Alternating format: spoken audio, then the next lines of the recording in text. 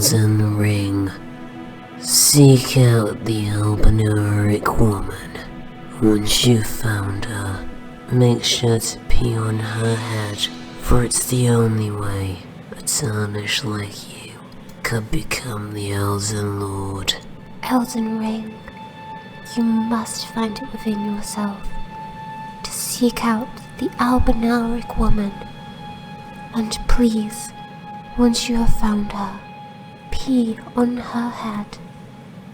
It is the only hope that could be granted to a tarnish such as us. And welcome back to Devlog. In the last part I did something, and in this part I'm working on the tutorial section level for Pep-Pel. The first section of this is the tutorial UI pop-up. This is a visual that shows up when playing through the tutorial level that displays the correct input or actions that the player can do. This is necessary for obvious reasons, being that the player will not know what certain buttons on their controller even do. For example, if you've never played this game or seen visual of this game, you may throw a potion with one random button, but you may not have any idea what this is actually used for in gameplay. So I really need a system in place to tell the player that certain buttons do certain things, and these certain things can do certain actions in game. You've played a video game before, you know all about tutorials. When playing through a level, the player will enter into a invisible hitbox area that will tell the UI pop-up in the canvas, the UI canvas, to pop up. This triggers a animation to go from true to false, so it can have the animation pop up and then display itself visually, or shrink down if the player exits this box. Very simple. Player enter, enable UI, player exit, disable UI. The only difficulty of this is having the UI display the correct information.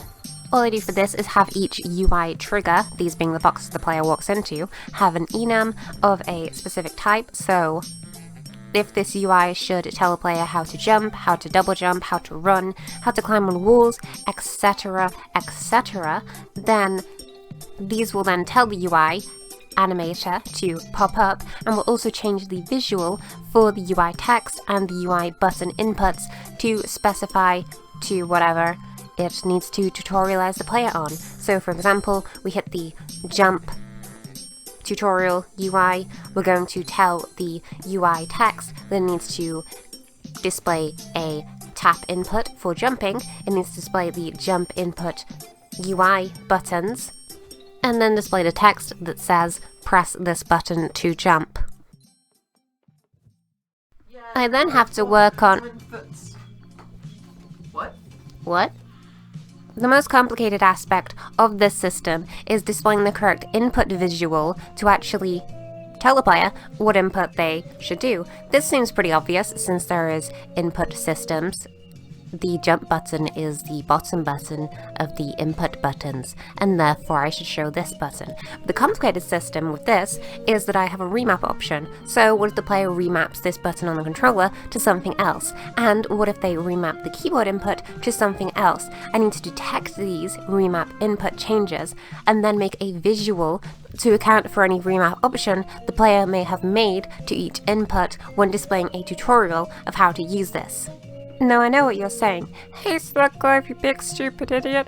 If it's already remapped by the player, surely they would be able to reasonably deduce that the button displayed in the tutorial has not changed, and they should just use that button's original property to whatever they remapped it to when performing a new input. And yeah, it would be nice if the players did something for themselves for a change. But I feel for quality-wise, it's probably just better to have a UI that detects changes in inputs and then displays these changes on a tutorial. And also, I wanted to draw all the UI buttons. Now, there may be a Unity inbuilt system for detecting the remap systems with the new input system to display these sort of visuals organically with a Unity pre-existing scripting, but I wasn't sure about if this existed on account of the fact that Unity's inbuilt documentation on the new input action system is pretty bad. So I just did it myself. Aside from manually detecting everything to do with the current input system, it wasn't particularly difficult. All I have to do is read whatever the current action we are wanting to display. So jump would be the jump input action in the input action system. We display what the current joystick binding for this and the current keyboard binding for this is in the script. Then we read this string, and if it accounts to, for example, button south, we know to display the button south image. Then for ease of use, I also have an input image for the keyboard, which I will just display the string for whatever this action is here. This is pretty simple as well. I just find the keyboard input in the input action system. I remove the first section of the string, so keyboard, triangle, brackets, and then the inputs.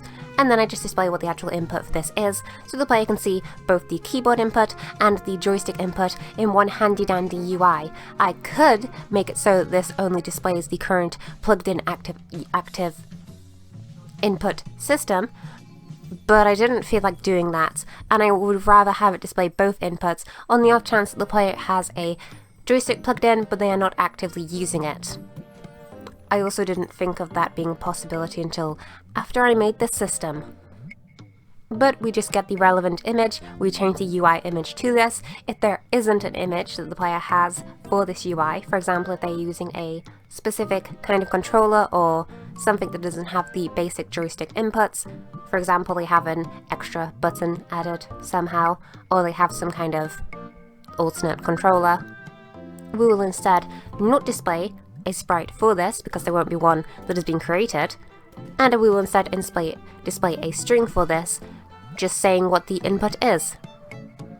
So if you have maybe a one-handed controller and you have additional buttons in this for whatever reasons, and for some reason Unity has a awkward time reading these buttons, we will just display the name of the button as read through the script, and hopefully you, the player, will know what it's talking about. On a completely unrelated note, do you know I could remap the Donkey Kong bongos to work with Pep-Pel, so you play the bongos to make Pep-Pel do every single action in game? That's pretty cool, isn't it? I shall now go on a long and convoluted explanation as to my personal beliefs as to the objective best style of game tutorials. Personally, I don't like tutorials in games, even slightly at all. Obviously, I also detest tutorials in games that stop you from playing the game. I hate nothing more than a tutorial in a video game where you're playing the game and then the game pauses you and says, "Hello, here's how to use the game, here's how to play the game, here's a long convoluted video of the game in action, playing, that you have to watch to figure out how to play the game." I understand the necessity of this sort of tutorial system, but I always find it very boring and very obvious to me as an expert gamer. And my ideal kind of tutorial is a tutorial that teaches you by doing in-game, and I tried to do such a thing in Pep-Pel. Usually in the levels so far, since they all have a unique mechanic, I teach the mechanic through gameplay. So each level itself has its own technical tutorial section, this being the first 3 to 4 chunks of the level where a mechanic is introduced in a normal way where the player can organically learn how to use the mechanic, and it is taught to the player. This is done without any text, this is done without a tutorial, and I enjoyed this greatly. I did, however, come to an issue when creating my game, where I originally did not want to have any level of tutorial at all, the first level mostly being a organic normal level without any tutorial visuals at all, or tutorial teaching of the player. But the issue with this was that upon sending Pep-Pel's demo files to various high-level CEOs that I am on a close personal relation to, it occurred to me that I never once taught the player how to jump, or what the buttons in game did. And I should probably do that. Because maybe, just maybe, most players will not default to always holding down right trigger when playing Pep-Pel. That is maybe something I should tell the player how to do. As such, I need some sort of visual tutorial that actually tells the player how to use buttons, and it's very difficult to do such a thing in a organic tutorial teaching level. I need something that actually says, "Hey bozo, here's what a button does." As such, I wanted to make the least invasive form of this that I could think of, this being a UI visual that pops up, says, "Here's how to use this button," and then a situation arises in level where the player has to use this button to progress. So, we have a visual pop-up, says, "Use this button to do X action." We then have, organically through playing, a interaction where the player has to do this thing to proceed. The player will see the visual, they will read the visual, hopefully, and then the player will be able to proceed with the level once reading this visual and learning this input system.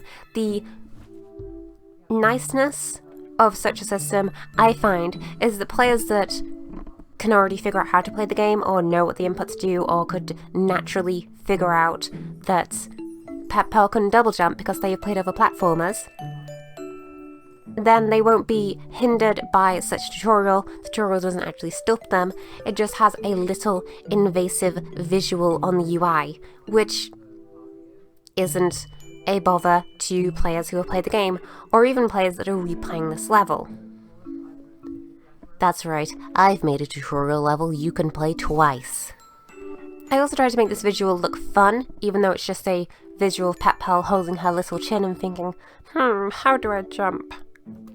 I tried to make this at least somewhat visually nice, it in a thought bubble, it having its own UI artwork, it having a nice text visual, it looking somewhat interesting, rather than just floating text. So even if a player does hate tutorials with a burning passion like I, they at least won't hate it as much. Next we have the actual UI sprite image and animation of the UI popping up. I'm a big fan of how these looks. Even if it is just one UI sprite image of Pep-Pel holding her chin, I really like how it turned out. I like drawing Pep-Pel. She's a funny little goblin and she's very fun to draw. She has an awkward little nose and she also has no mouth. I feel like I made her in such a way simply because it's easier for me to draw.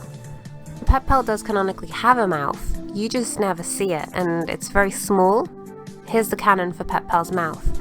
You always view her from an angle. It is in fact behind her big pointy nose. If she were to tilt her head slightly to the right, you would see a little mouth on her cheek behind her nose. I really like how this visual looks as a UI for the actual tutorial. Another idea I had for this was the UI actually popping up on the player, so it actually looks like the player character that you are playing has the thought bubble that is showing the UI text. The issue with this is that I thought it would be very disorienting to read, especially if you're moving very quickly, having this pop up over where the player is. Since the player doesn't stay in one fixed point on the screen, it can be very disorienting and difficult to read. Or maybe that's just me that I can't read things that are moving slightly.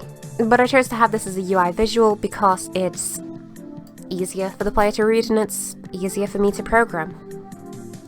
One issue with this visual is that in the former devlog, the previous devlog, the last devlog you should watch, it's a really good one, is that I involved Pep-Pel having different skins the player can use.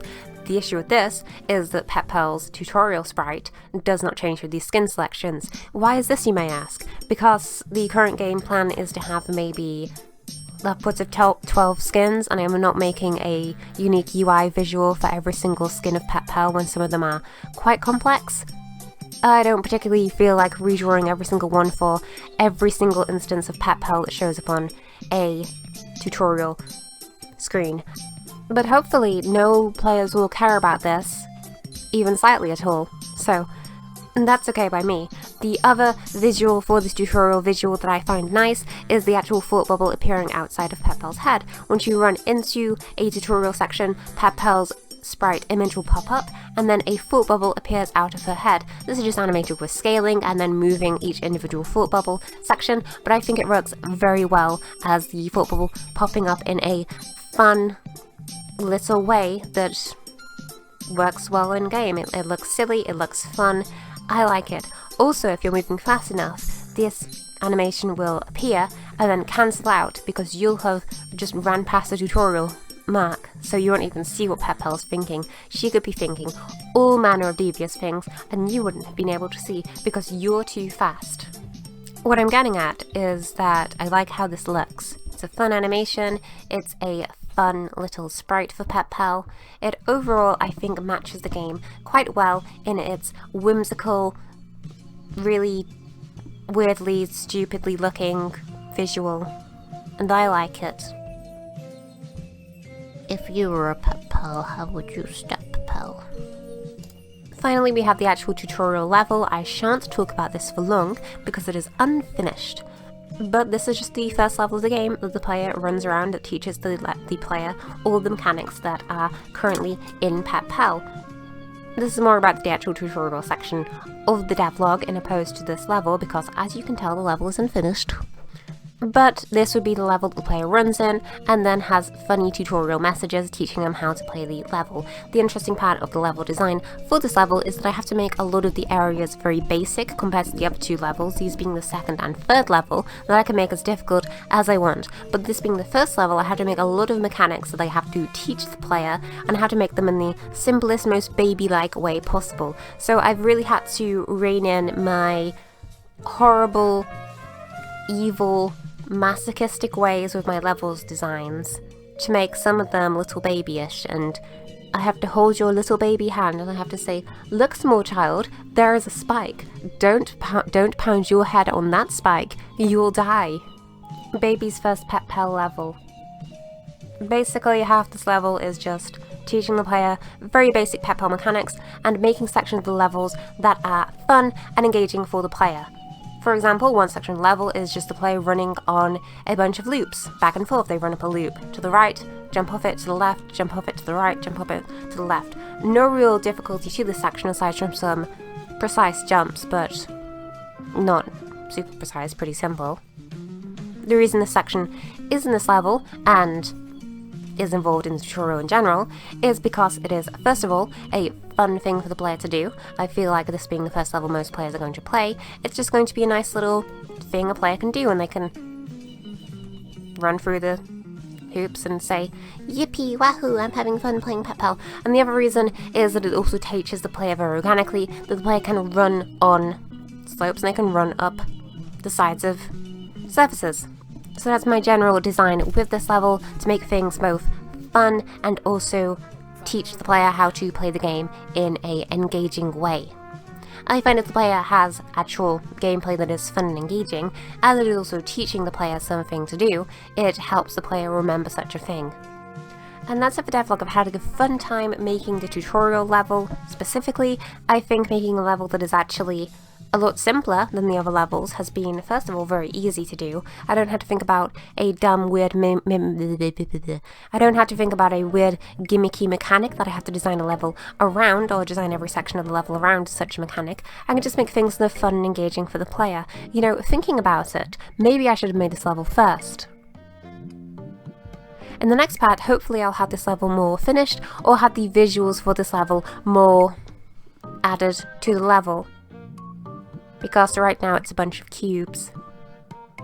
And that's not good for PR, that's not good for my Twitter engagements, that's not good for my Reddit karma, that's not good for my Instagram, whatever you get on Instagram, that's not good for my TikToks,